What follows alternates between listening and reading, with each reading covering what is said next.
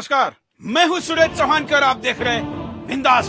बिंदास में आपके सामने आज हम मुद्दा लेकर आए हैं राहुल गांधी की वो लीलाएं जो इस देश को, इस देश के हिंदुओं को बदनाम कर रही है और दूसरी तरफ आतंकवादियों का महिमा मंडन कर रही है। एक तरीके से आतंकवाद को सही ठहरा रही है। राहुल गांधी कह रहे हैं कि गरीबी आतंकवाद का कारण है। अगर ऐसा है तो बुंदेलखंड का हमारा एक भी भाई आतंकवादी बना, ये दिखा दे जहां पर घास की रोटी खाने के लिए लोग मजबूर हैं। उस ओडिशा के जंगल में जहां पर एम्बुलेंस नहीं, किसी प्रकार की सुविधा नहीं, लेकिन वहां का भाई आतंकवादी बना है, ये राहुल गांधी दिखाते हैं। मैं देश के 100 से ज्यादा ऐसे जिलों का नाम ले सकता हूं जिसको गरीबी में हम क्रिटिकल लेवल के आगे मानते हैं, लेकिन एक भी जगह पर गरीबी के कारण, कोई बेरोजगारी के कारण आतंकवादी बना ये नहीं है। बल्कि जिस आईएस का जिक्र राहुल गांधी कर रहे हैं, उसका मुखिया संस्थापक 1 करोड़ रुपए की नौकरी छोड़कर और वो भी अति उच्च शिक्षित होकर ये बिजनेस कर रहा है। आप किसी के इस तरीके से हिंदुस्तान को अगर आग लगाने की कोशिश करेंगे तो उसको कभी स्वीकार नहीं किया जा सकता। और इसलिए देश ने राहुल गांधी को एक संदेश देने की जरूरत है। इसको भारतीय जनता पार्टी वर्सेस राहुल गांधी इतना ही मत रखिए, क्योंकि तो दो दलों के बीच की बात रह जाएगी मित्रों। बात हिंदुस्तान की है, हिंदुओं की है और बात सच्चाई की है, इसलिए दूर तक जानी चाहिए। देखिए पहले विस्तार से मुद्दा आपके सामने। Being reborn, and it's similar.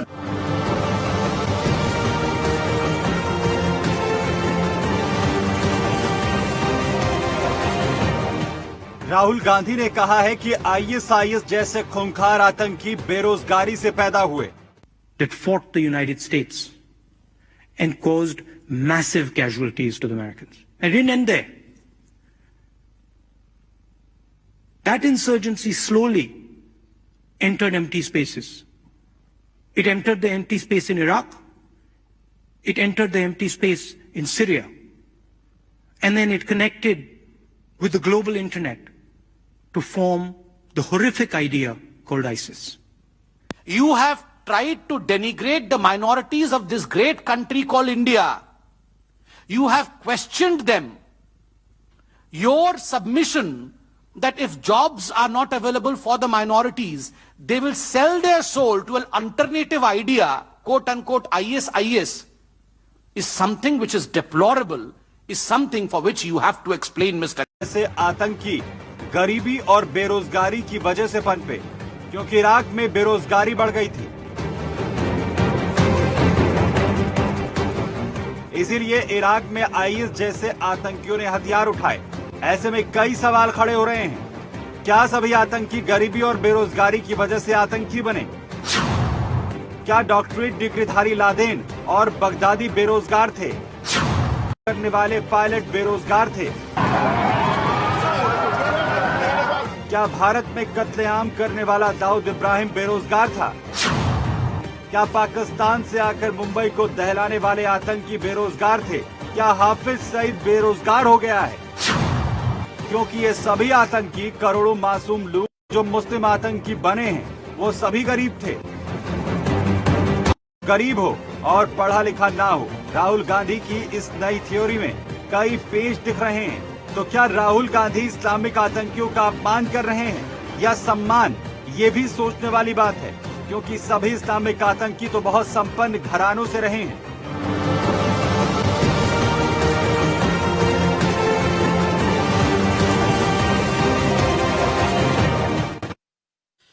मैं आपको राहुल गांधी का एक और वीडियो विस्तार से दिखाता हूं, क्या कहता है, देखिए। This party comes to power, or the Samajwadi comes to power, or the BSP comes to power, or the DMK comes to power. They don't try to attack and capture India's institutions. What we're dealing with is a completely new idea. It's an old idea being reborn. And it's similar to the idea that exists in the Arab world with the Muslim Brotherhood. And I would compare it. And the idea is that one ideology should run through every single institution. अब इस मुद्दे पर आपको क्या कहना है? मैं बात करने के लिए स्वागत करता हूं। हमारे साथ 3 अतिथि जुड़े हैं। शमशेर खान पठान मुस्लिम विचारक है, मुंबई से हमारे साथ जुड़े हैं। शमशेर जी, आपका स्वागत है। मेरे साथ मोहम्मद फारूक मुस्लिम विचारक है, वकील है, ये भी जुड़े, इनका स्वागत है। और मेरे साथ थोड़ी देर में प्रफुल्ल बख्शी रक्षा विशेषज्ञ जुड़ जाएंगे, उनसे भी बात करेंगे। सबसे पहले शमशेर खान पठान, क्या कहेंगे राहुल गांधी के इस कुतर्कों पर? नहीं, मैं इनकी बात से एग्री नहीं हूं, क्योंकि गरीबी कोई आतंकवाद का मतलब जरिया नहीं है कि गरीब है तो आतंकवाद बनेगा। आतंकवादी विचारधारा ये एक अलग सोच होती है। ये इसका संबंध अमीरी गरीबी से नहीं होता है। तो मैं वो राहुल गांधी के विचारों से मैं सहमत नहीं हूं कि गरीबी की वजह से आतंकवाद बढ़ा है और बढ़ेगा। तो I am not agree with him. बिल्कुल। एडवोकेट मोहम्मद फारूक जी, आप सहमत है कि नहीं है? आप तो होंगे ही लगता है।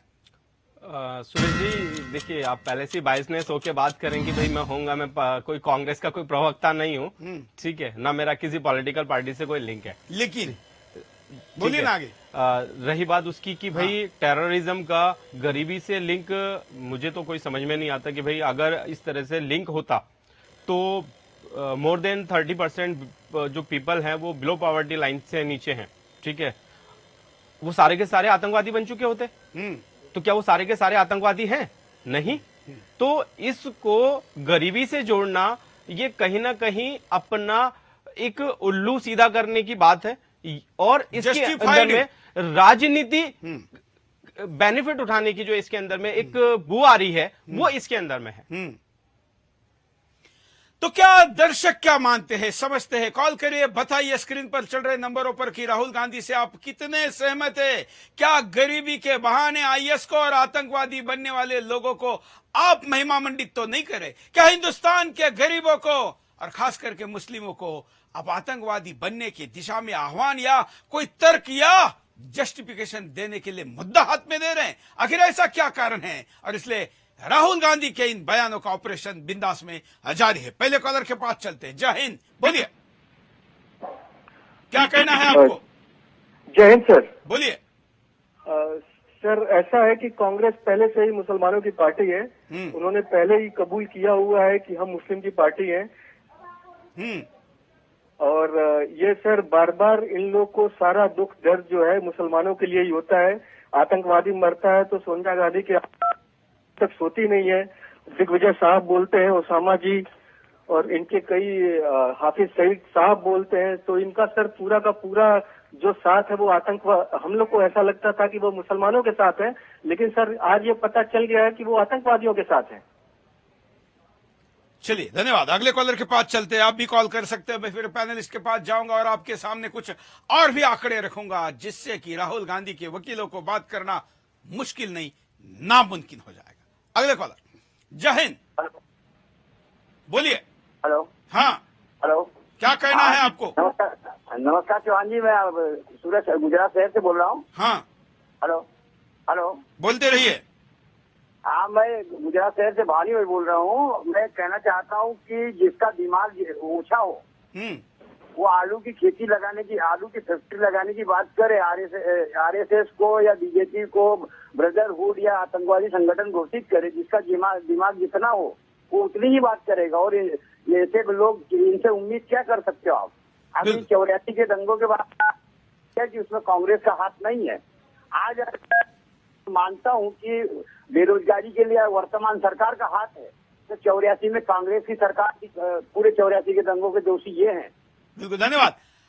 आखिर कैसे इसको माना जा सकता है? शमशेर खान पठान, यूपीए सरकार में पहली बार आरएसएस की तुलना आतंकवाद से करने का पाप महाराष्ट्र के ही रहने वाले और पूर्व मुख्यमंत्री सुशील कुमार शिंदे ने किया था। लेकिन कांग्रेस के दूसरे नेता लातूर से, जो कि देश के गृह मंत्री भी रहे थे, पाटिल, शिवराज पाटिल जी ने कहा था कि नहीं, आरएसएस और आईएस एक जैसी नहीं हो सकती। आप क्या कहेंगे?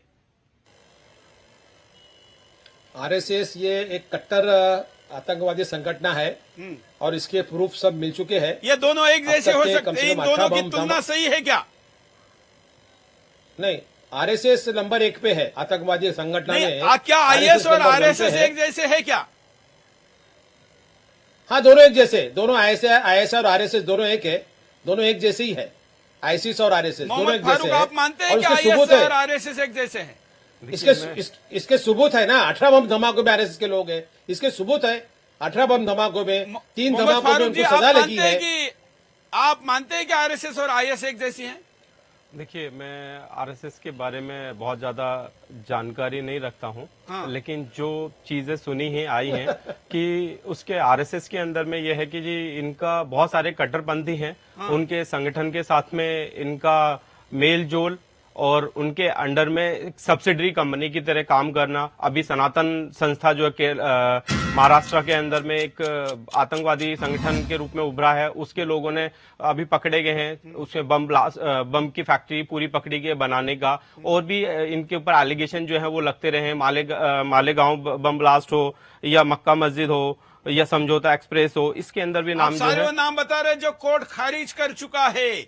इसमें पकड़े गए लोगों को हिंदू आतंकवाद के नाम पर फंसाया गया था, ये कोर्ट ने कहकर उसके लोगों को जमानत दी है। अब वकील होके इन बातों को सुरेश जी देखिए, मैंने अभी क्या बोला कि नहीं होना मतलब नहीं होता है। जमानत मिलने पर पहली बात तो ये कि मैं किसी को एक्यूजेशन नहीं कर रहा हूं। चलिए, अगर आप मानते हैं कि जमानत नहीं होता तो हिंदुस्तान में आरएसएस के किसी भी व्यक्ति को किसी भी आतंकवादी घटना के लिए दोषी ठहराया है क्या?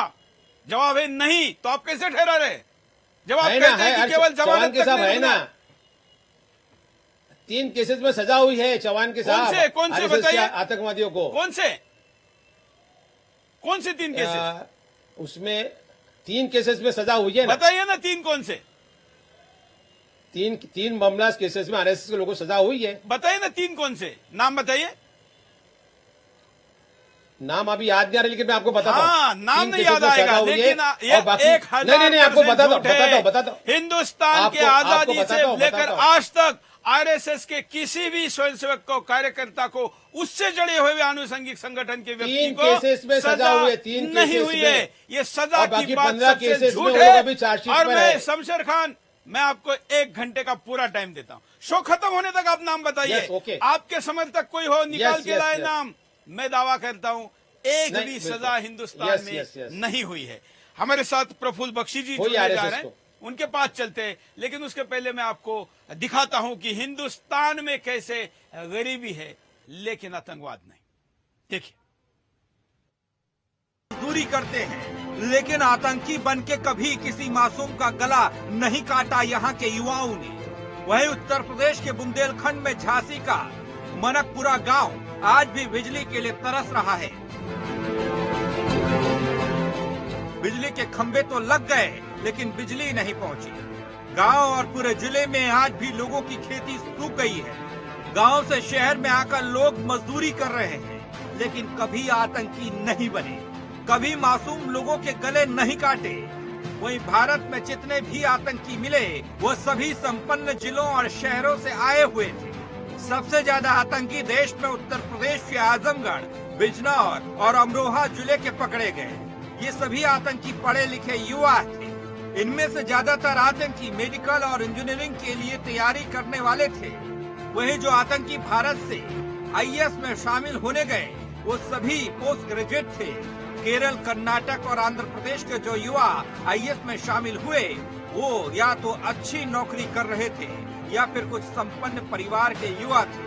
बांग्लादेश में जो आतंकी जाकिर नाइक के तथाकथित शिष्य थे वो सभी संपन्न घरानों से ताल्लुक रखते थे। वहीं भारत में आतंकियों का आका कहा जाने वाला जाकिर नाइक खुद एमबीबीएस डॉक्टर है। ऐसे में राहुल गांधी की थ्योरी कुछ अजीब सी लगी, क्योंकि जो राहुल गांधी ने कहा वो सब उल्टा ही निकल रहा है। इसलिए लोग राहुल गांधी को अपनी थ्योरी सुधारने के लिए बोल रहे हैं। प्रफुल्ल बख्शी जी हमारे साथ जुड़े हैं, रक्षा विशेषज्ञ है। प्रफुल्ल बख्शी जी, राहुल गांधी का आरएसएस जैसे देशभक्त संगठन को और विश्व के सबसे बड़े स्वयंसेवी संगठन को आतंकवादी कहना, क्या कहेंगे प्रफुल्ल बख्शी जी? ये तो बिल्कुल नासमझी की बात है, पर उनकी अगर नासमझी के पीछे थोड़ी सियासत और मिक्स हो जाए तो जिसको कहते हैं कि एक तो करेला और ऊपर से नीम चढ़ा। तो यही प्रॉब्लम है कि एक तो राहुल गांधी साहब को ये समझ लेना चाहिए कि अगर आपने इस तरीके के व्याख्यान किए, इस तरीके के स्टेटमेंट्स बनाए, तो पूरी भारत की जो फाइबर है, जो डेमोक्रेटिक फाइबर है, उसके ऊपर असर पड़ता है। और अपनी पार्टी की थोड़ी सी इधर उधर की 2-3 ब्राउनी पॉइंट्स को समेटने के लिए आप पूरे देश को गर्क में घसीटने की कोशिश कर रहे हैं, ये बिल्कुल गलत होगा। सो राहुल गांधी साहब को समझदारी से काम लेना चाहिए और उनको जो बुजुर्ग इत्यादि जो उनकी पार्टी में है वो उनको समझाएं। देश के लिए, देश की ड्यूटी और देश के प्रति जो ड्यूटी सबकी है वो बॉर्डर या पॉलिटिकल बाउंड्रीज से पार की है, ये ऊपर की है। तो ये सारी की सारी चीजें एक जो व्याख्यान देते हैं, जो ये स्टेटमेंट्स देते हैं, ये थोड़े से जैसा लगता है कि इनको अभी समझने की बहुत जरूरत है। प्रफुल्ल जी, आप तो थोड़े से कह रहे हैं ये आती है, बल्कि राहुल गांधी की ये बातें ही आतंकवादी है।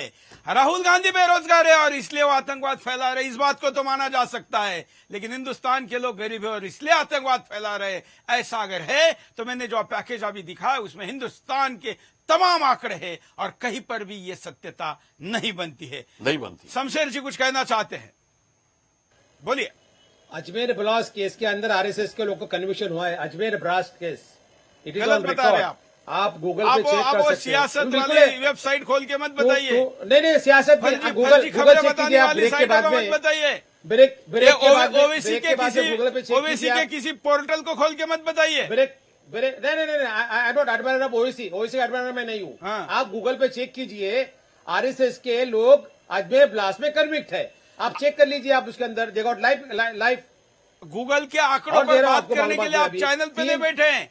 चैनल पे ये माना जाता है कि गूगल से भी ज्यादा जिसके पास आंकड़े हैं, आपके साथ खुद वकील बैठे, वो मानने को तैयार नहीं कि आप सच बोल रहे हैं। इन्फॉर्मेशन मीडिया और गूगल पे इन्फॉर्मेशन तो उसी को बात करते हैं हम भाई। आप उस पे ही सर्च करिए, गूगल के आंकड़ों को ऑथेंटिकेट आंकड़े नहीं माने जाते हैं। हमारे साथ वकील है, अरे ऐसा बात मोहम्मद फारूक जी, आप कंफर्म कीजिए। मोहम्मद फारूक जी पूछिए, आप कंफर्म कीजिए। बोलिए। अजमेर ब्लास्ट में RSS people are convicted, life imprisonment. क्या बोल रहे हैं आप, बोलिए। नहीं आप कंफर्म कीजिए, बोल लीजिए फारूक साहब को। सुरेश जी अपनी बात पूरी रखें, मैं पूरी बात नहीं समझ पाया आपकी। सुरेश जी, इनका कहना है कि अजमेर ब्लास्ट में आरएसएस के लोगों को ऑलरेडी लाइफ प्रिजनमेंट हो चुकी है, सजा हो चुकी है। देखिए इसके बारे में मुझे जानकारी नहीं है, तो जिस बताइए के लिए शमशेर जी। मोहम्मद फारूक जी आपसे खुद सहमति दिखा रहे हैं। ठीक है, जो जिस चीज के लिए मुझे जानकारी नहीं है, मैं उसके अंदर नहीं है, क्योंकि अब बचने के लिए इससे अच्छा बयान क्या हो सकता है? जानकारी आपको दे रहा हूँ, बयान इससे अच्छा बयान क्या हो सकता है? चलिए कॉलर के पास मैं जानकारी दे रहा हूँ, उनको जानकारी नहीं। आपको क्या कहना है, बोलिए। सर मेरा नाम राकेश है, नेपालपुर से बोल रहा हूँ मैं। हाँ सर मैं बोलना चाहता हूँ, ये जो राहुल गांधी ने जो ये बलात्कार करा था शकुनी देवी के साथ, आज तक देखिए अपने गिरबान जाके कर ली, उल्टे सीधा बयान देता रहेगा। देश पर राज करना है, इसको कैसा ना चूते मनाए जो हिंदुस्तान को राज करे जाओ। भाई इसने ये सोच रखा है कैसे ना कैसे करो, हिंदुस्तान को नीचे दिखाओ। एक हमारे मोदी साहब है, कैसे कैसे देश को ऊपर बढ़ाने की कोशिश कर रहे हैं, कैसे कैसे देश हमारे ऊपर जाए और देश की तरक्की हो जाए। वो तो मतलब नहीं, इसको इसे कैसे ना कैसे देश को राज करना है, और देश कैसे करने कैसे करनी है, और देश को बदनाम कैसे करना है, और हम दोबारा पॉलिटिक्स में कैसे आ जाए। बस ये इसका मेन मुद्दा सिर्फ ये है, बस वो कुछ भी नहीं है इसका। और समझना पड़ेगा हमारे पब्लिक को, हमारे हिंदुस्तान के हर भाइयों को, वो हिंदू मुस्लिम कोई भी हो, ये कर क्या रहा है, इसकी सोच कैसी है, इसकी सच्ची भावना है जो अंदर जो हमारे लिए जो गलत है वो चीज, जो इसके अंदर जो पाप है वो सब बाहर निकल रहा है। पहले मोदी से बोल रहा 15 मिनट दे दो, मैं मोदी के धज्जे उड़ा दूंगा, फिर क्या हुआ, इसके खुद धज्जे उड़ के देखो, दुनिया ने देखा क्या धज्जे उड़े, गले मिल रहा है जाकर, फिर आंख मार दिखा रहा है। ये क्या साबित करना चाह रहा है कि मैं सब कुछ हूँ, दुनिया चूते बैठी है। इसे पूछने, इसे पूछो पहले ये क्या दिखाना चाह रहा है, ये सब। सर मैं ये कहना मेरा। चलिए अगले कॉलर के पास चलते, आप भी कॉल करके अपनी बात रख सकते हैं। जय हिंद, बोलिए। हेलो। हाँ, मैं विजय कुमार आर्य बोल रहा हूँ जी, एनटीपीसी दादरी से। बोलिए। ऐसा है चौहान जी, सबसे पहले तो आपको बारम्बार नमस्कार। ये ऐसा है कि ये जितने भी है ना, ये मजहब धर्म दुनिया में एक ही है, दूसरा धर्म नहीं हो सकता, है ना। ये सारे मजहबी हैं, भारत के लोग सारे लोग धार्मिक है और जितने भी भारत से बाहर की संस्कृति है वो सारे के सारे मजहब है और ये मजहब ये दुनिया को समाप्त कर देंगे। ये हिंदुओं को देखना नहीं चाहते, ये हिंदुओं को खत्म करके ये जन्नत में जाना चाहते हैं। शमशेर खान पठान के पास चलता हूं। शमशेर जी, मैंने आपकी बात गूगल पर डाल के अभी देखी है। शमशेर पठान हमारे साथ मुंबई से जुड़े हैं। मैंने इस पे डाल के देखा, इस पे तो मुझे भी आतंकवादी बताया जा रहा है। ये कह रहा है कि सुरेश चौहान के इज सेफरॉन टेररिस्ट फ्रॉम इंडिया। अब बताइए, अब आप इसको बताएंगे? हाँ? आपका नाम क्यों डाले आपने? अरे वो नहीं, अजमेर ब्लास्ट मुझे कहने का मुझे यही तो कहना है कि किसी ने पोस्ट डाल दी कहीं पर कि ये इसका मतलब वो सच में आ जाएगा। तो अगर आप ऐसे गूगल के रिसोर्सेस के आधार पर विश्व के सबसे बड़े स्वयंसेवी संगठन को, आपको पता है यूनाइटेड नेशंस में इंदिरा गांधी को पूछा था संयुक्त राष्ट्र में कि आपके देश का सबसे बड़ा स्वयंसेवी संगठन कौन सा है, तो उन्होंने आरएसएस का नाम लिया था। और पंडित जवाहरलाल नेहरू, इन्होंने राजपथ पर सेना के साथ परेड करने के लिए आरएसएस के टुकड़ी को जगह दी थी। प्रफुल्ल बख्शी जी, आप भी बताइए जरा। आप बिल्कुल ठीक कह रहे हैं। अरे आतंकवादी विचारधारा आरएसएस का है।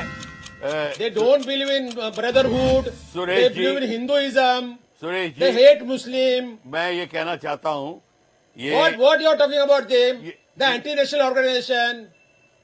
मैं ये बोलना चाहता हूं कि anti-national, they're anti-national. बोलते रहिए। Communal. मैं ये सारी बात separatist सुन रहा हूं। people. और सबसे बड़ी बात ये है कि जब तक हमारी एजुकेशन सिस्टम में हमको ये नहीं बताया जाएगा कि रिलीजन का महत्व क्या है। अब तक सबसे अगर बेकार चीज जो दुनिया में बनी है वो है रिलीजन। कोई भी रिलीजन से सबसे ज्यादा खून खराबा, सबसे ज्यादा विधवाएं, सबसे ज्यादा अनाथ बच्चे और सबसे ज्यादा मिजरी अभी तक क्रिएट हुई है तो एक चीज से हुई है, रिलीजन से। और वो रिलीजन अगर रेडिकल बन जाता है तो फिर जिसको कहते हैं कि बिल्कुल ही टोटल जी बंटाधार हो जाता है। और रेडिकलिज्म रिलीजन में तब आती है जब रिलीजन के अपने बेस कच्चे होते हैं और ढीले होते हैं, इसलिए रेडिकलिज्म आती है। और हमारे को बड़ी हैरानगी है कि हिंदुस्तान में हम फट से सैफरन टेररिज्म बोल देते हैं। मैंने एक टेलीविजन पे पूछा, भैया सैफरन टेररिज्म बोलते हो, हिंदुस्तान में कितनी प्रकार की टेररिज्म है? अरे उनका मुंह फीका पड़ गया, बोल ही नहीं सकते। मैंने कहा आपको डर लगता बोलने में? असलियत बोलिए कि 90-95% दुनिया के टेररिस्ट कौन है, ये बोलना वो सैफरन तो नहीं है। ये सैफरन टेररिज्म क्या होती है? मुझे उसी से ही नफरत है, इस शब्द से। जो टेररिस्ट बंदा है वो अपने दिमाग की सोच छोड़ चुका होता है तभी टेररिस्ट और जो रिलीजन का मतलब धर्म नहीं होता, ये भी डेफिनेशन में ध्यान रखिए। क्योंकि भारत में जो धर्म की व्याख्या है वो विदेशी रिलीजन इस कंसेप्ट में नहीं बैठती। शमशेर खान पठान, आपको पता है हिंदुस्तान ने जो पाकिस्तान के साथ 2 युद्ध लड़े, चाइना के साथ 1 युद्ध लड़ा और पाकिस्तान के साथ बाकी जो दूसरे छुटपुट घटनाएं हुई, इन सबसे ज्यादा बल्कि 3 गुना से ज्यादा लोग इस्लामिक आतंकवाद ने हिंदुस्तान में मार गिराए। और आप झूठ बोलकर भी आरएसएस की 3 घटनाओं का जिक्र कर पा रहे हैं। आप दोनों की तुलना कैसे कर सकते हैं? सुरेश जी, पहली बात तो यह है कि जब अभी बात आ रही है कि धर्म का कोई मजहब नहीं होता, तो इस्लामिक आतंकवाद आप कहेंगे तो फिर हिंदू आतंकवाद की भी बात होगी, फिर और भी आतंकवाद की। तो आपको ये समझना चाहिए सुरेश जी। 1 मिनट उनको जवाब देने दीजिए। शमशेर खान जी 1 सेकंड, मैं इसको यहीं पर शमशेर जी 1 सेकंड, सिर्फ 1 सेकंड। सुरेश जी, मुझे आपत्ति है आपके इस अल्फाज पे कि किसी भी मजहब का जब कोई आतंकवाद का मजहब नहीं होता। अरे क्या बोलते हैं, जो आतंकवादी मर रहा है वो तो ये कह रहा है कि मैं इस्लाम की स्थापना के लिए मर रहा हूं। आप उसको कैसे नकार सकते हैं? आप बता दीजिए, मुझे किसी का भी लाइव स्टेटमेंट दिखा दीजिए क्या कि अरे भाई किसी भी आतंकवादी का भाषण निकालो। सुरेश जी, अगर किसी का भी भाषण निकालो, वो कहेगा कि हमको इस्लाम का राष्ट्र स्थापित करना है और इसलिए हमने आतंकवाद किया। आतंकवाद का कारण और क्या बताया जाता है, बताइए। आतंकवाद का कारण जो है आप जैसे लोगों की सोच है जो एक पर्टिकुलर धर्म को टेररिस्ट के साथ में जोड़ने की कोशिश करते हैं। ये सोच बड़ी खतरनाक है और इस सोच खतरनाक से नहीं, बचने सच की है। जरूरत है। ये सच है। ये बिल्कुल गलत है और बेबुनियाद आडंबर भरी बातें हैं आपकी, मैं बिल्कुल उस पर बोल रहा हूं। और प्रफुल्ल आप बख्शी जी, बायस केवल होकर बात हताशी करते मत जरा हैं, इनको ये बड़े समझाइए दुख की आप। बात है। आप बायस होकर बात करते हैं, एक पर्टिकुलर धर्म को लेकर के बात करते हैं, ये बिल्कुल गलत है। अगर सुरेश आप जी, अपने इस पे रंग पे नहीं रंग पे तो आप आ रहे हैं, तो? आप यहाँ पर आके खुल्लम खुल्ला मैं खुल्लम खुल्ला कह रहा हूँ आप बदतमीजी मैं और खुल्लम जाहिली खुल्ला का कह रहा हूँ। आतंकवादी इस्लाम की स्थापना के नाम पर आतंकवाद फैलाते हैं। हिंदू और आप आतंकवाद जिस के भी नाम पर आतंकवादी स्थापना का नहीं होती। स्टेटमेंट अभी चाहेंगे, आप खुद ही मैं बोलते इस वक्त रहते आपके हैं, सामने दिखाने अभी के लिए आप खुद तैयार ही हूं। बोलते रहते हैं कि जी भाई हिंदुस्तान हिंदुओं का है, हिंदुओं के लिए रहेगा, बाकी लोगों को भगाओ। तो ये ये बात क्या आई चीज नहीं है? है। ये कौन बता कहता दीजिए, है? ये क्या ये चीज है? कोई नहीं कहता। कहा? मैं ये- यहाँ बैठा हूँ, कोई नहीं आपके कहता। कितने सारे ये प्रोग्राम बात के गलत अंदर है है सुरेश जी। सुरेश जी, ये बात बिल्कुल गलत है। सुरेश जी, कोई नहीं आपने कहता। खुद- हिंदुस्तान हिंदुस्तानियों के लिए है, बिल्कुल। और यहाँ कोई धर्म नहीं चलता। बिल्कुल मैं एग्री करता हूं बख्शी साहब की बात से, बिल्कुल एग्री करता हूं, यही होनी चाहिए। लेकिन किसी भी एक मजहब के यही लिए होनी चाहिए, वो लेकिन कंट्री कश्मीर नहीं में ये होती है। कहा गया कि यहाँ पर हिंदू नहीं रहेगा और उनको भगा दिया गया। आप एक एडवोकेट होके इस बात की निंदा नहीं करते, इसके आपको शर्म आनी चाहिए। किस चीज की बताएं आप? किस चीज की निंदा नहीं कश्मीरी करी मैंने? पंडितों को किस आधार पर निकाला? धर्म के आधार पर ना, और किस आधार पर निकाला? धर्म के आधार पर कश्मीरी पंडितों को निकाला गया है, इसमें कोई झूठ नहीं है, ये बिल्कुल सच बात है। और अभी तक मुझे तो हैरानगी है कि हिंदुओं में इतना दम ही नहीं है कि उनको वापस कर दें।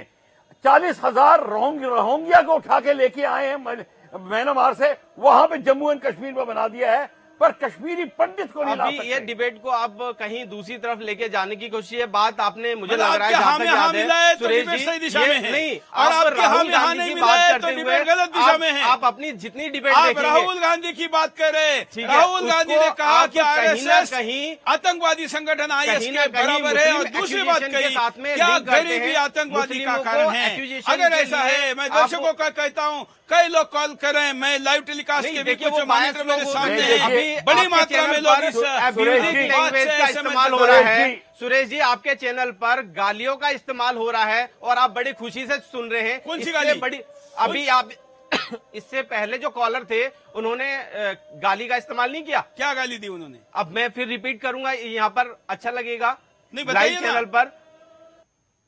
प्रफुल्ल वो बख्शी जी। गाली का सुरेश जी, ये आपने उसको रोका प्रफुल्ल भी बख्शी नहीं, जी। बड़े अच्छे सुरेश से जी, सुन रहे हैं। जब आपकी मानसिकता ऐसी है सुरेश जी, कि मैं आप ये- लाइव चैनल पर गालियों की भाषा का परमिशन दे रहे हैं, किसी को भी बदतमीजी की परमिशन दे रहे हैं, ये तो वकील आपसे साहब 13 साल से आपसे चलने निष्पक्ष वाला एक राष्ट्रवादी पत्रकारिता चैनल की है। क्या उम्मीद कभी की जा गलत बात सकती को है? जगह नहीं सुरेश दी। जी, हो सकता है कि मोबाइल नेटवर्क के कारण वो बात मुझे पूरा सुनाई नहीं दी होगी, लेकिन मैं खुद कहता हूं कि राष्ट्रीय समाचार चैनल के प्लेटफॉर्म से गैर कानूनी असंवैधानिक बात नहीं कहनी चाहिए। हाँ, जब 3 युद्धों से ज्यादा लोग मारे जाते हैं और अपनों का बहता खून नदियों में बहता हुआ दिखता है तो गुस्सा आता है। गुस्से की अभिव्यक्ति जायज है, लेकिन गैर कानूनी तरीके से नहीं। बख्शी जी, देखिए, आप बिल्कुल ठीक कह रहे हैं।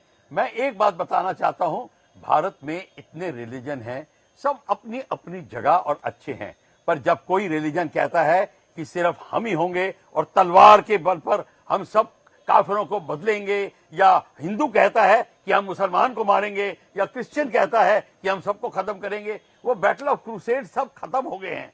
अब ये नहीं होना चाहिए, पर अगर जब कोई करता है ऐसा तो उसको जड़ से निकालने की जरूरत है। चाहे मैं बख्शी हूं, साहब की बात चाहे का बिल्कुल समर्थन करता हूं, बहुत अच्छी इन्होंने बात और कही है। मैं ये बताना चाहता हूं सुरेश जी आपको, मैं बैठा हूं, मैं हम ब्राह्मण हैं, पर हमारे लोग जाके करबला में लड़े हैं, हम हुसैनी ब्राह्मण कहलाते हैं, और अभी भी हमारा ताजिया निकलता है। हम दूसरे धर्म को अपने कंधों पे उठाकर चलते हैं, हम किसी को खत्म करने की बात ही नहीं करते, पर हम जब को हम ये कानों से सुनते हैं तो हमसे रहा नहीं जाता। जिनको हम बचाने की कोशिश करें, अगर वो ही हमारे हाथ काटने की कोशिश करें तो बात बिल्कुल फिर गंभीर बन बिल्कुल। जाती और है। उन हाथों में हथियार देने का काम करने का काम अगर देश का विरोधी पार्टी का प्रमुख नेता करे, जिसको प्रधानमंत्री का कैंडिडेट घोषित किया जाता है, और जिस घर के 3 प्रधानमंत्री रह चुके हो, उस देश का, उस घर का मुखिया वारिस अगर कहता है कि इस देश के बेरोजगारों को गरीबी के हाथों में बंदूकें और आतंकवाद की बात करता है, इशारा करता है, आमंत्रित करता है एक तरीके से, तो इस देश के खिलाफ ये सबसे बड़ी गद्दारी है और इसके खिलाफ बोलना जरूरी है। कई कॉलर हमारे साथ जुड़े हैं, उनके पास चलते फिर मैं आपको कुछ और आंकड़े बताता हूं। जय हिंद, बोलिए। हेलो, क्या कहना है आपको? हाँ सर, कन्हैयालाल चौधरी बोल रहा हूँ गोरखपुर से। बोलिए। हाँ सर, राहुल साहब का दिमाग तो मैंने खराब हो गया है देश के बारे में। ये जो आरएसएस को बदनाम कर रहे हैं कि आरएसएस ने क्या ऐसा गलत काम किया देश के बारे में। ममता बनर्जी, मुलायम सिंह, मायावती आज लोग गले मिल रहे हैं, हिंदुओं को खुलेआम मारने के लिए प्लानिंग कर रहे हैं। तो क्या इन लोगों की राजनीति देश के लिए? धन्यवाद। शमशेर पठान जी, जरा आरएसएस के कुछ अच्छे काम बता पाएंगे आप? आप महाराष्ट्र में रहते और जहां आप रहते वहां बहुत सेवा कार्य है आरएसएस के।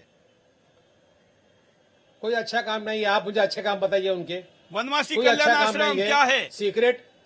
सीक्रेट मीटिंगें लेते हैं। वनवासी सीक्रेट कल्याण मीटिंगें आश्रम लेते क्या है? रहते हैं और मुसलमानों के इस खिलाफ देश के में अंदर वो 3 सब लाख से साजिशें ज्यादा रचते सेवा हैं। कार्य पहले की से चलते संस्था आ रहा है, है। संघ से प्रेरणा कोई लेकर सेवा नहीं। चलती है। क्या सेवा करे?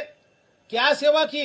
एक आप सेवा बताइए, क्या सेवा आरएसएस कर रही है? आप जरा बताइए मुझे। आप मैं तो आपको क्या 3 लाख आरएसएस की सेवा लिस्ट की आज बता तक रहा के हूँ। देश की? अकेले महाराष्ट्र में अरे क्या जहाँ किया पर बताओ? महाराष्ट्र सरकार नहीं उन्होंने पहुंचती क्या किया है, बताओ? वहां पर उनके वनवासी क्या कल्याण किया आश्रम उन्होंने? है। कभी नहीं पहुंचे। डरपोक लोग है वो अरे क्या? डरपोक लोग है आरएसएस वाले। वो सिर्फ खाली वो आतंकवादी संगठन के लोग है, खाली वो कुछ नहीं करा देश के लिए उन्होंने। बताइए ना क्या देश के लिए उन्होंने किया? जाकिर कुछ नाइक को एग्जाम्पल क्या मानते हैं? दीजिए। जाकिर नाइक को आप क्या मानते हैं? वो आतंकवादी है, ठीक है, खत्म हो गया मामला। लेकिन आरएसएस तो नंबर 1 की आतंकवादी संगठन है। संघ के क्या जो अच्छा लोग इस काम किया अब कार्यक्रम तक को देख उन्होंने? रहे होंगे और देश आपका को पक्ष तोड़ने रखना के बजाय चाहते हैं, स्क्रीन पर चल और रहे नफरत नंबरों पर करने बात के सिवाय करके शमशेर खान पठान से बात कर सकते हैं। हम उनको सीधे लाइव में एक दूसरे के साथ कनेक्ट करेंगे। जो कलर बात करना चाहते हैं कॉल करें, लेकिन उसके पहले मैं आपको दिखाता हूं कि कैसे दुनिया भर की सारी आतंकवादी संगठनाएं अमीरी और उच्च शिक्षा से जुड़ी है। देखिए।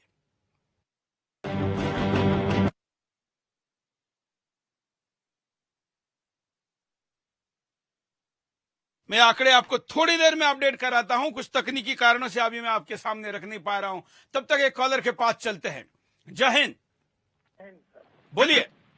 बोले सर, ये जो वकील साहब है टीवी डिबेट में, हाँ, वो बोलते हैं जो भारत हिंदू राष्ट्र होगा। जब पाकिस्तान का बंटवारे हुआ था धर्म के आधार पर, तो फिर ये बार बार कहे बोलते हैं कि हिंदुस्तान धर्म निरपेक्ष ये वो ऐसे वैसे। और रही बात दूसरी कि पूरा विश्व जो है सो अभी आतंकवाद से ग्रसित है, और वह आतंकवाद सिर्फ एक धर्म का है और मुस्लिम है।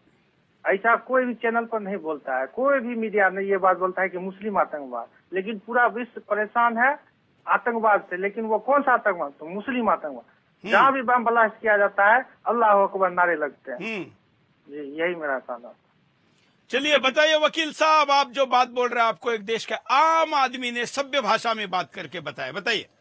नहीं, इनकी तो तर्कहीन बात है ना। इसके अंदर कौन सा अल्लाह अकबर करके ब्लास्ट हुआ है, मुझे बता दें। अरे भाई, नक्सलवादी अकबर कहेंगे, आप यहाँ स्टूडियो में कहेंगे तो भाग जाएंगे। ये तो आपने आतंकवादियों के हाथ में धर्म देकर स्थिति बनाई है। आप किसी पब्लिक प्लेस पे जाकर जोर से अल्लाह अकबर कह के दिखाइए।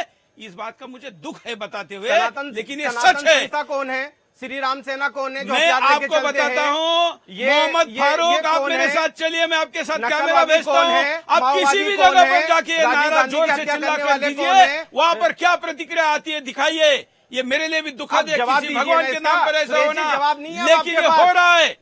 महात्मा गांधी की हत्या करने वाले कौन थे?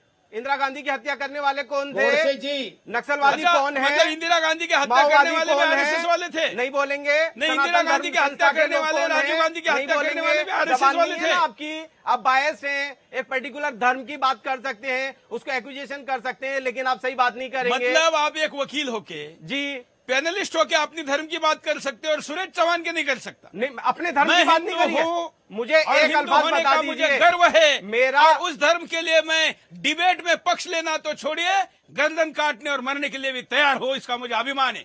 देखिए, आप अपराध की बात कर रहे हैं, गर्दन काटने और काटने की, ये अपने आप में क्योंकि अपराध आप है। उन लोगों का पक्ष ले रहे हैं जो लोग ये कर रहे हैं। दिखाता है कि आपको कानून पर विश्वास नहीं है। हाँ, आप कानूनी भाषा बोलिए और उन लोगों का संरक्षण करिए जो लोग गैर कानूनी आतंकवादी घटनाओं को अंजाम देते हैं। विश्वास ना हो, संविधान में विश्वास ना हो, वो कौन होगा? ये जनता देख रही है, जनता डिसाइड कर रही है। अच्छा, आतंकवादियों का संविधान में विश्वास है? आतंकवादियों का संविधान में विश्वास होता तो आतंकवादी क्यों बनते? बिल्कुल, यही तो हम कह रहे हैं। अब हमको संविधान सिखाइए और आतंकवादियों को रास्ता खाली करके दीजिए। ये तो आपने बोला, तो आकर ये हमले आपने करे। बोला, और सुरेश जी हिंदुस्तान में आपने किसी बोला, युद्ध में जितने आप लोग नहीं जबरदस्ती मरे, अल्फाजों को उतने आतंकवादी घुमाने की कोशिश हमले करते में हैं। मरे। सुरेश मैं जी, आपको गलत दिखाता बात हूं है कि ये दुनिया आपकी। के संगठनों की क्या स्थिति है गरीबी और पैसे के मामले में। देखिए,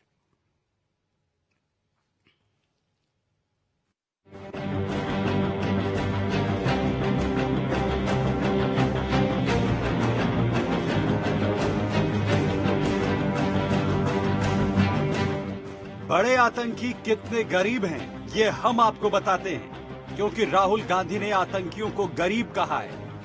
ओसामा बिन लादेन का सऊदी अरब में अरबों रुपए का व्यवसाय है। आतंकी लादेन अपने व्यवसाय को बढ़ाने के लिए आतंकी बना और अफगानिस्तान में आतंकी हुकूमत बना ली थी। यही नहीं, लादेन ने डॉक्टरेट की डिग्री ले रखी थी। अलकायदा प्रमुख अल जवाहिरी भी उच्च शिक्षा प्राप्त है। लादेन के बाद जवाहिरी ही आतंक के सबसे बड़े गिरोह का आका बना। वहीं अलकायदा का बड़ा आतंकी उमर, जो पाकिस्तान में मरा, उसका करोड़ों रुपए का व्यवसाय है। पाकिस्तान और अफगानिस्तान में उमर की अरबों रुपए की संपत्ति है। वहीं अजहर मसूद कश्मीर का टीचर था, जो बाद में दुनिया का सबसे बड़ा आतंकी बना। अजहर मसूद को दुनिया में सबसे बड़ा आतंकियों का ब्रेन वॉश करने वाला माना जाता है। इस अजहर मसूद ने लंदन से लेकर कश्मीर तक आतंकी तैयार किए, वो भी सभी पढ़े लिखे। वहीं पाकिस्तान का सबसे बड़ा आतंकी हाफिज सईद, अब तो वो पाकिस्तान की सरकार में दखल रखता है। हाफिज सईद अरबों रुपए की संपत्ति का मालिक है। आतंकी दाऊद इब्राहिम का दुनिया में अरबों रुपए का व्यवसाय है, जो आतंक की पौध तैयार करता है। अफजल गुरु कश्मीर में एक अध्यापक था, लेकिन देश की संसद पर ही हमला कर दिया और कई मासूमों की हत्या की, जिसे भारत सरकार ने फांसी पर लटका दिया। बुरहान वानी कश्मीर में पढ़ा लिखा और संपन्न परिवार का लड़का था, लेकिन कई मासूमों का कातिल बना, जिसे बाद में हमारी सेना ने जहन्नुम पहुंचा दिया। मकबूल भट्ट बड़ा स्कॉलर था, लेकिन आतंकी बनकर कई मासूमों की जान ली। मकबूल भट्ट ने सेंट स्टीफन कॉलेज से हिस्ट्री और पॉलिटिकल साइंस में ग्रेजुएशन किया। मकबूल भट्ट एक पत्रकार भी रहा था, जो मासूमों का कत्ल करता था। अब्दुल करीम टुंडा का अपना कारपेंटर का व्यवसाय था, लेकिन आतंकी बन गया। वहीं टाइगर मेमन करोड़ों रुपए की संपत्ति का मालिक था, लेकिन आतंकी बना। मेमन बैंक में नौकरी करता था, लेकिन नौकरी छोड़कर आतंकी बन गया। वहीं आईएसआईएस में शामिल होने वाले भारत के कई युवा मल्टीनेशनल कंपनियों में नौकरी करते थे। नौकरी छोड़कर ये युवा आतंकी बने। सिमी सरगना सफदर नागौरी पत्रकारिता में ग्रेजुएट था, लेकिन भारत में सबसे बड़ा आतंकी संगठन सिमी बनाया।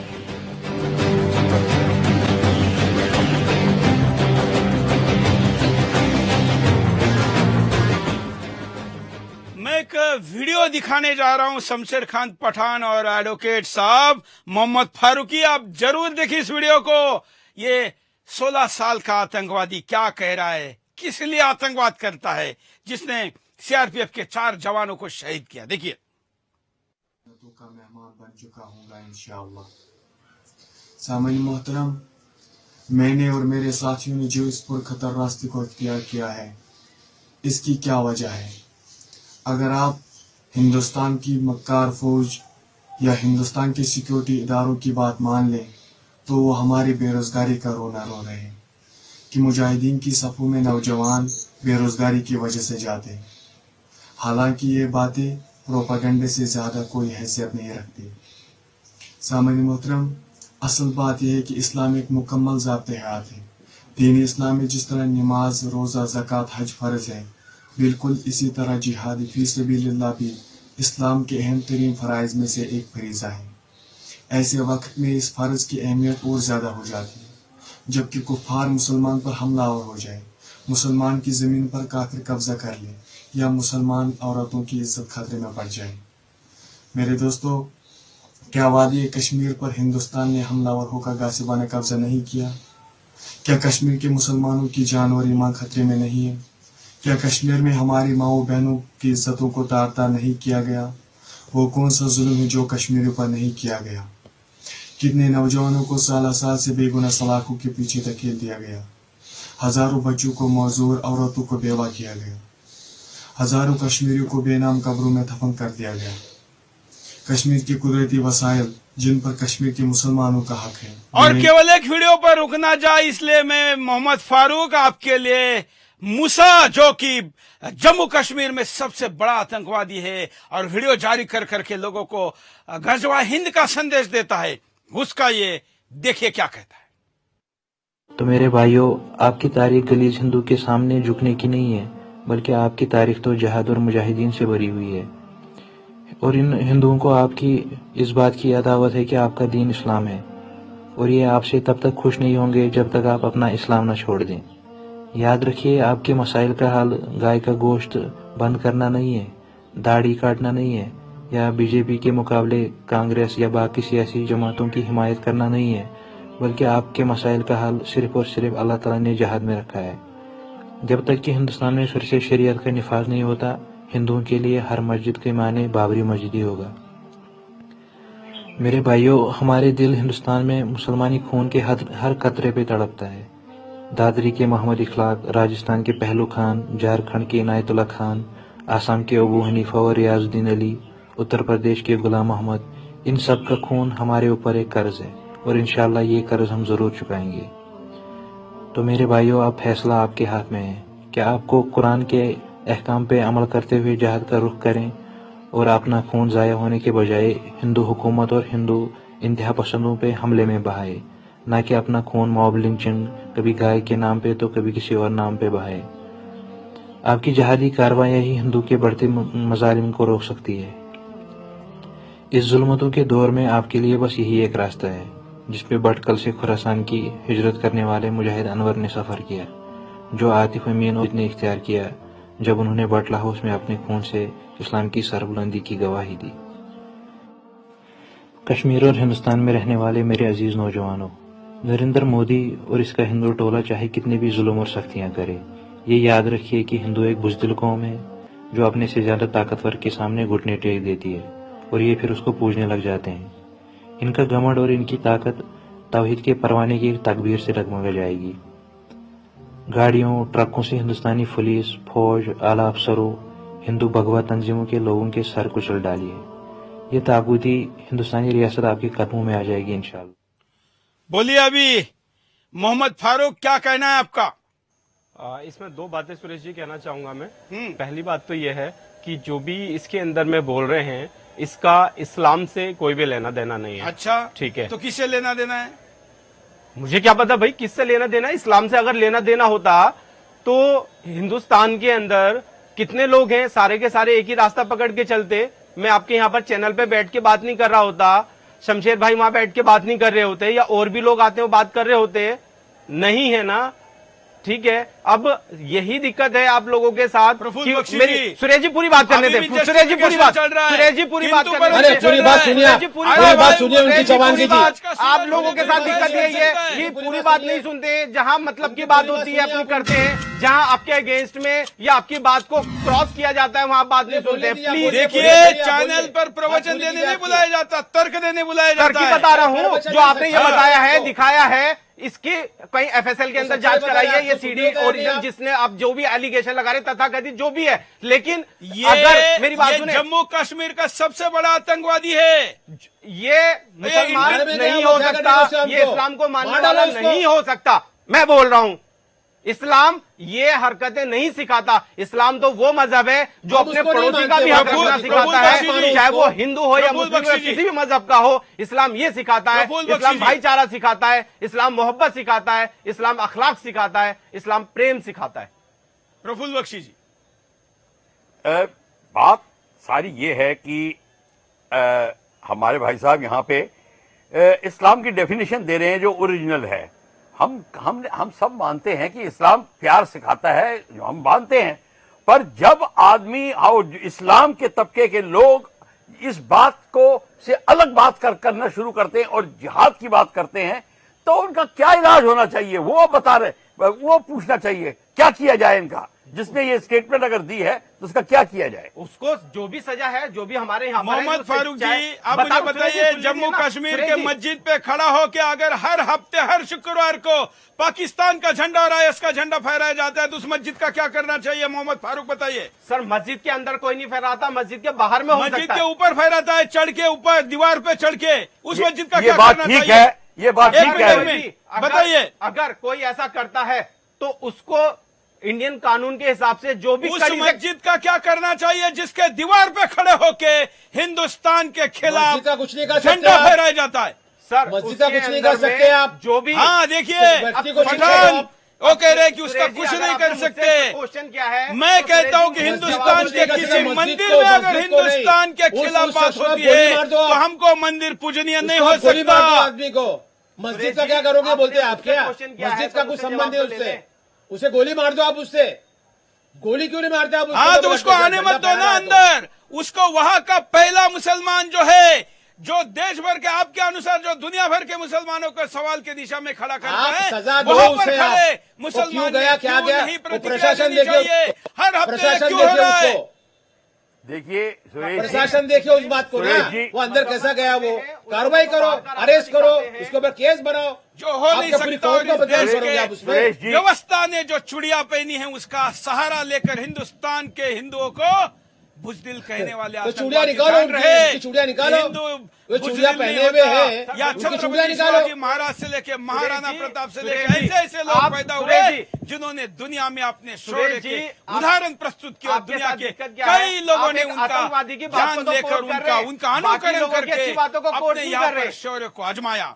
राहुल गांधी से शुरू हुई बहस किस दिशा में लेके गए, क्योंकि बात उस दिशा में जा ही रही। मैं आप तीनों का आभारी हूँ, आपने टाइम निकाला। भले हम बातों से सहमत ना हो, लेकिन टीवी पर आकर चर्चा होनी चाहिए और उस चर्चा में हम किसी सच्चे रास्ते पर पहुंचने चाहिए। मित्रों, आरएसएस और आईएस की तुलना राहुल गांधी को मैं चैलेंज करता हूँ। राहुल गांधी जहाँ कहे, जितने बजे कहे, हिंदुस्तान में नहीं इटली में कहे, अपने मामा के घर में, मैं आके बहस करने के लिए राहुल गांधी के साथ तैयार हूं। आज के लिए इतना ही। जय हिंद।